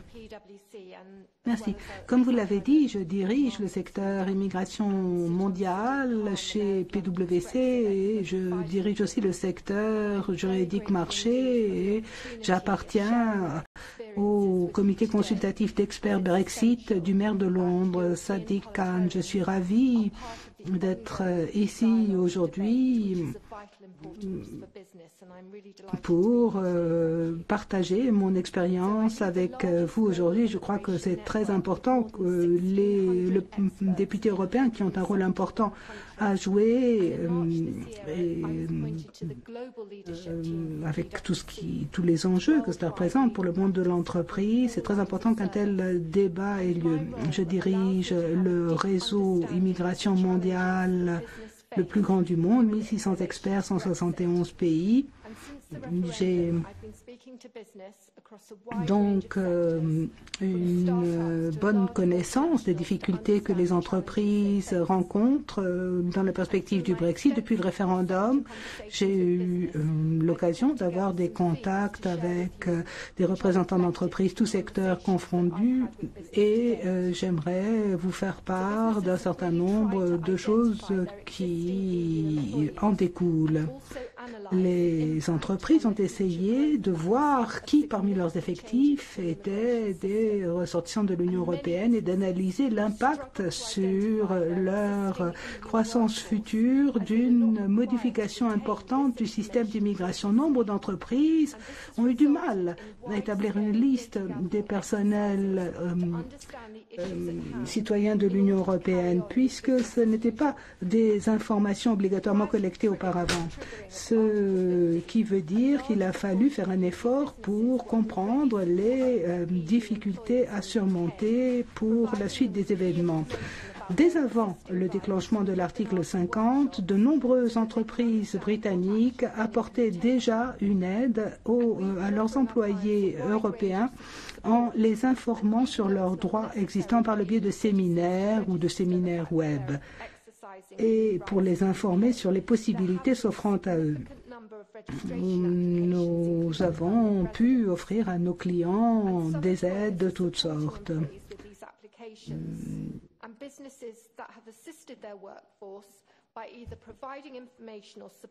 Et il y a eu toute une série de demandes d'enregistrement pour obtenir la reconnaissance du droit de séjour permanent. Et souvent, les intéressés ont pu compter sur l'aide de leur entreprise. Et ça a été particulièrement apprécié. Cette année, nous avons rendu public un rapport conjoint avec London First, dont le titre est l'impact des migrants sur Londres, sur sa main-d'œuvre et son économie. Je tiens à votre disposition quelques exemplaires de ce rapport. L'objectif de ce rapport est de donner au gouvernement britannique un éventail de faits qui puissent les aider dans les négociations à venir. C'est un rapport assez unique dans la mesure où nous avons pu avoir accès au micro-laboratoire virtuel de l'Office statistique national pour compiler des données granulaires sur la main-d'œuvre au Royaume-Uni en nous intéressant particulièrement à Londres.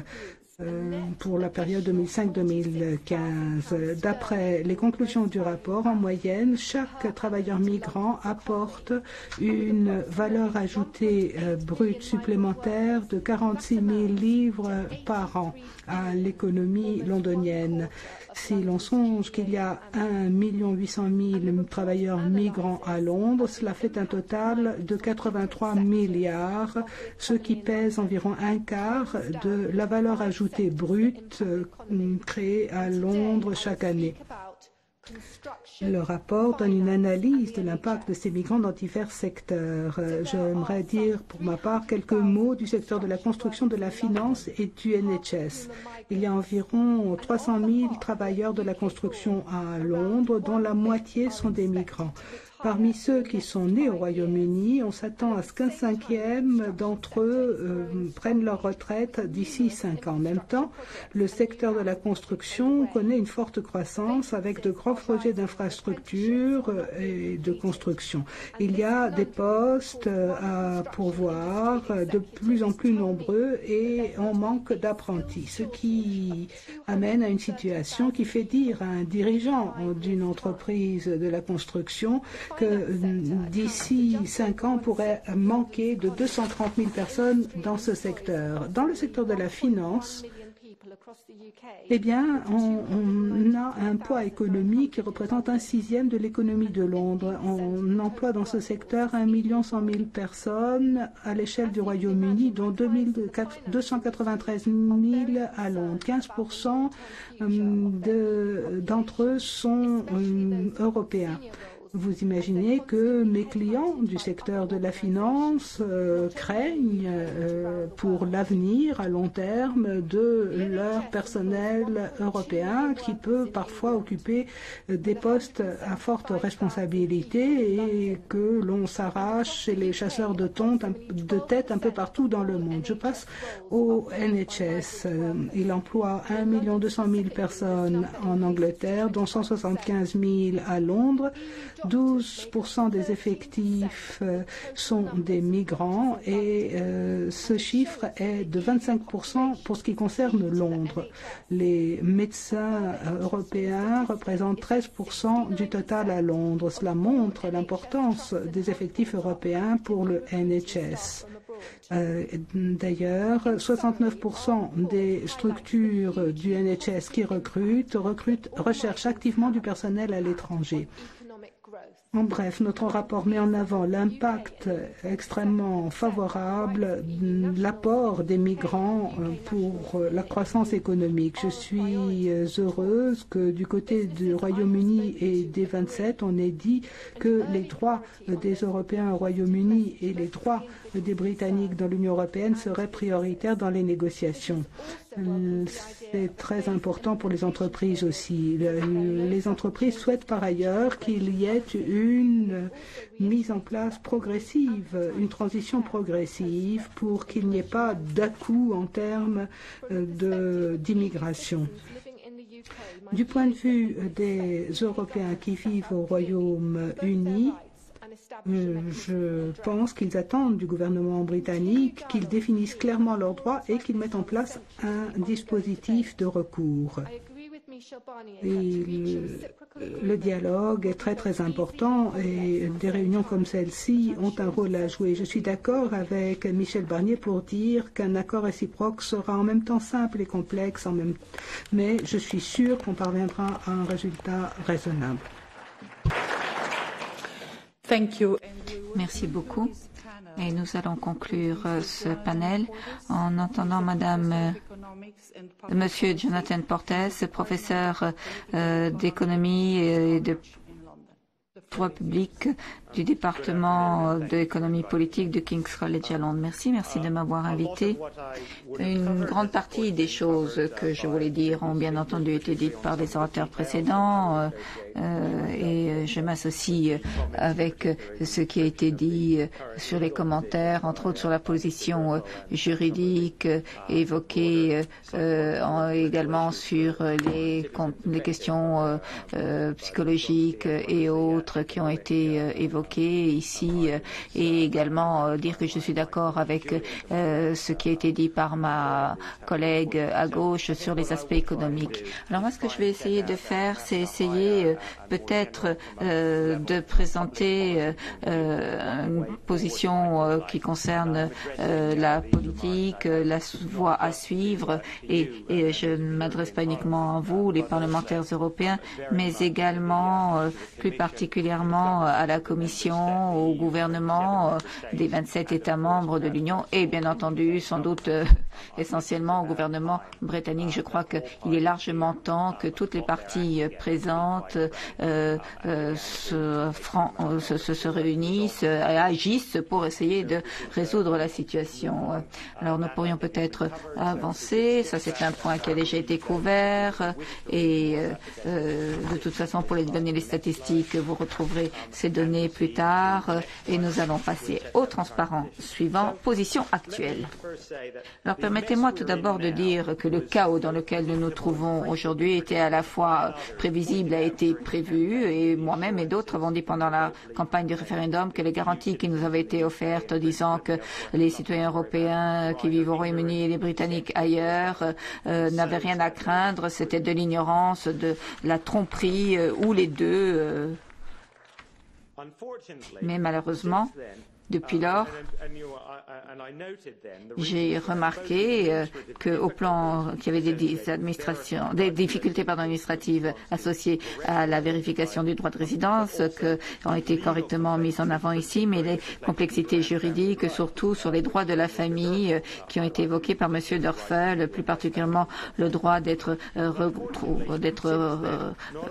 réuni avec son conjoint ou d'autres membres de la famille. Mais malheureusement, n'a rien fait dans les 27 États membres pour régler ces problèmes et souvent les gens se trouvent dans une situation pire qu'avant parce qu'il n'y a pas de certitude.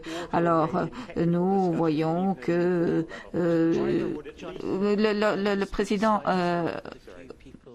ralentit mes demandes de ralentir quelque peu, parce que sinon il est intraduisible.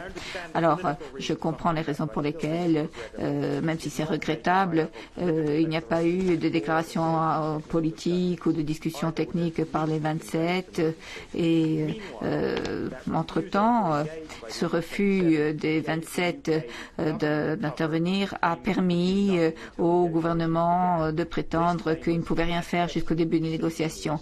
Et alors, c'est une déclaration qui est peu sincère, d'après moi, qui était une bonne excuse pour éviter d'aborder la complexité des problèmes qui ont été évoqués. Et pire encore, le traitement de certains citoyens européens en ce qui concerne l'enregistrement de leurs droits, cela a été évoqué ici, a très fortement, à juste titre, exacerbé les préoccupations de toutes ces personnes et tout cela a empoisonné l'atmosphère. Et à juste titre, très franchement, il y a très peu de confiance selon laquelle la Commission, les 27 États membres et le gouvernement britannique respecteront les promesses qui ont été faites. Donc, compte tenu de ces situations, la Commission a négocié des lignes directrices en pensant qu'elles seraient acceptées par le Conseil et nous pensons que c'est quelque chose de positif.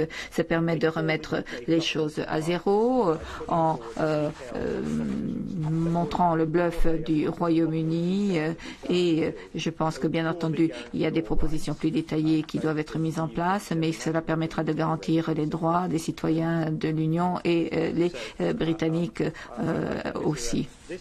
Et donc, bien entendu, c'est important de le souligner, la Commission, justement, a agi et ceux qui ont voté pour le retrait et Johnson a garanti les droits de ses citoyens britanniques et autres. Alors, nous voyons qu'un certain nombre de personnes qui sont aujourd'hui au gouvernement ne pourront pas tenir leurs promesses. Cependant, la position du Royaume-Uni, elle n'est pas très claire, qu'il a continué à dire. Je m'en félicite et je pense qu'il est important de reconnaître que c'est une position très sincère défendue par le Royaume-Uni qui veut garantir les droits sur une base de réciprocité. Mais ils sont très vagues sur la question de savoir quand cette couverture s'appliquera et la garantie après le Brexit, surtout les droits garantis pour les familles, l'accès aux soins de santé, par exemple, sur une base de réciprocité, mais il n'y a pas eu de détails sur d'autres droits très importants et aucun mécanisme de mise en œuvre au-delà de ceux qui seront fixés dans le droit national après l'accord de retrait. Alors, où en sommes-nous aujourd'hui? D'après moi, les propositions des 27 représentent un bon point de départ, mais je pense qu'il serait heureux que les 27 reconnaissent les préoccupations légitimes du Royaume-Uni dans deux domaines. Tout d'abord, M. Dörfer l'a dit, actuellement, les ressortissants de l'espace économique européen ont plus de droits que les ressortissants britanniques pour le mariage, en particulier à des époux non espace économique européen. Il sera très difficile au Royaume-Uni d'expliquer pourquoi, après le Brexit, ces personnes pourront avoir plus de droits que les Britanniques. Cela pourrait être réglé assez simplement, mais il s'agit au reste de l'Union de reconnaître que cela représente un grand défi politique pour le Royaume-Uni.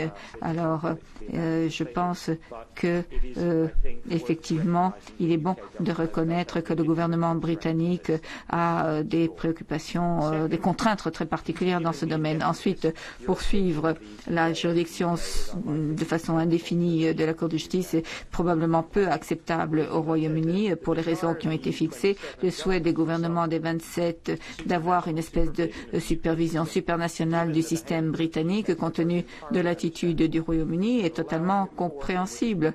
Permettre une cour dans laquelle le Royaume-Uni ne serait plus représenté à l'avenir de continuer à interférer sur des éléments importants de droit national sur de nombreux millions de personnes de façon indéfinie, par exemple un siècle pour les personnes, les enfants de ressortissants d'espaces économiques nationaux, ce ne semble pas très raisonnable. Donc il faut une action immédiate des deux côtés pour aboutir à une solution et une approche constructive dans le cadre de négociations détaillées. Voilà ce que je propose. Tout d'abord, une action immédiate à mettre en œuvre dès le début des négociations, juin ou très tôt, une déclaration conjointe qui dirait très clairement que tout le monde est d'accord pour que tout nouveau système permettra au minimum à tous les citoyens européens résidant au Royaume-Uni le jour du Brexit et à tous les citoyens britanniques dans l'Union européenne d'acquérir la résidence permanente et qu'il n'y aurait pas d'imposition, de restrictions bureaucratiques ou complexes à ces droits et que tous les droits préexistants seront garantis pour une période après le Brexit, sans préjuger de l'accord final qui pourrait représenter un compromis des deux côtés.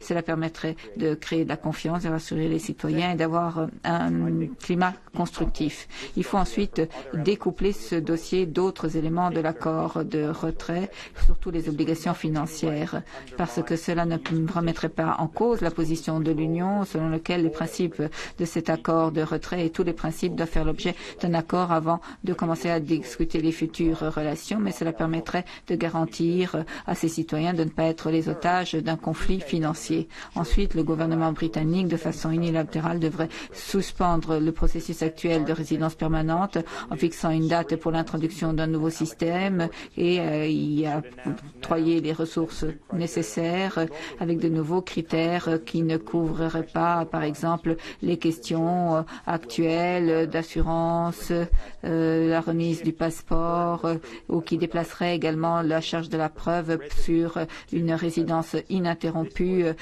du côté du Home Office, là aussi pour restaurer la confiance des citoyens dans ce processus. Et voilà ce qui devrait être fait dès à présent.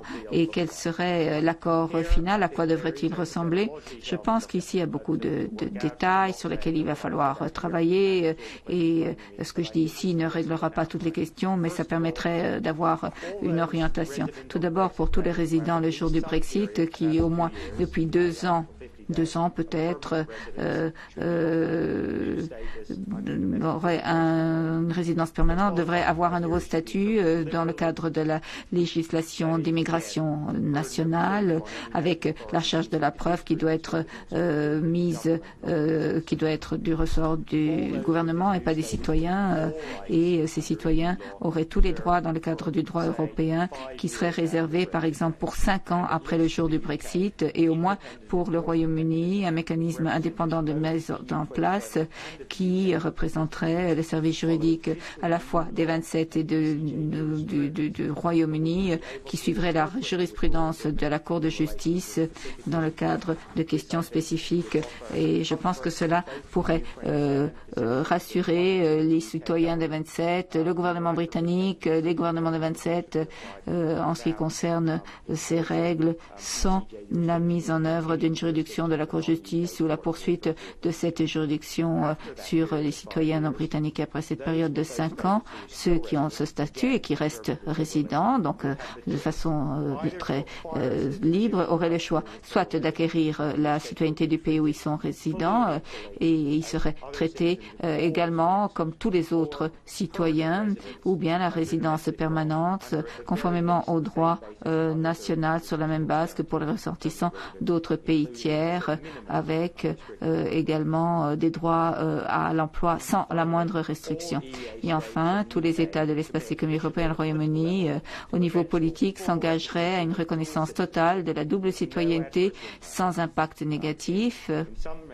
Dans certains États membres, dans le cadre de la législation nationale, donc aucun double nationalité ne perdrait de droit dans le cadre de l'acquisition d'une nationalité d'un autre pays de l'espace économique européen, du Royaume-Uni, que ce soit aujourd'hui ou à tout jamais. Il y a quelque chose qui représenterait un compromis des deux parties en offrant les garanties nécessaires et cela permettrait aux gens de planifier leur avenir et de garantir que les personnes qui sont directement affectées verraient leur statut intact pendant une longue période, serait garanti par le droit international et je pense que c'est ce que nous souhaitons tous. Donc pour conclure, les 27 et le Royaume britannique doivent de bonne foi pouvoir permettre à ces citoyens d'exercer le droit à la libre circulation. Ils ne l'ont pas fait jusqu'à présent et le début des négociations permet de corriger le tir. Il faudra faire preuve de bonne volonté, d'esprit de compromis des deux côtés et de détermination pour que les gens soient mis en avant. Voilà pour cette matinée spéciale consacrée au Brexit et notamment à la question des droits des citoyens européens installés au Royaume-Uni ainsi que les droits des citoyens britanniques installés, eux, dans l'Union européenne. Vous aurez noté que les parlementaires européens demandent le maintien dans l'état actuel des droits pour tous ces citoyens. Vous avez également pu entendre la triste coïncidence qui a été montrée par le professeur d'Édimbourg, Charles Jeffrey, qui a noté que le Brexit coïncide avec les 30 ans d'Erasmus, l'échange universitaire européen qui a d'ailleurs été créé par un Britannique. Vous pouvez toujours voir et revoir toutes les auditions sur notre site publicsénat.fr. Très bonne journée sur les chaînes parlementaires.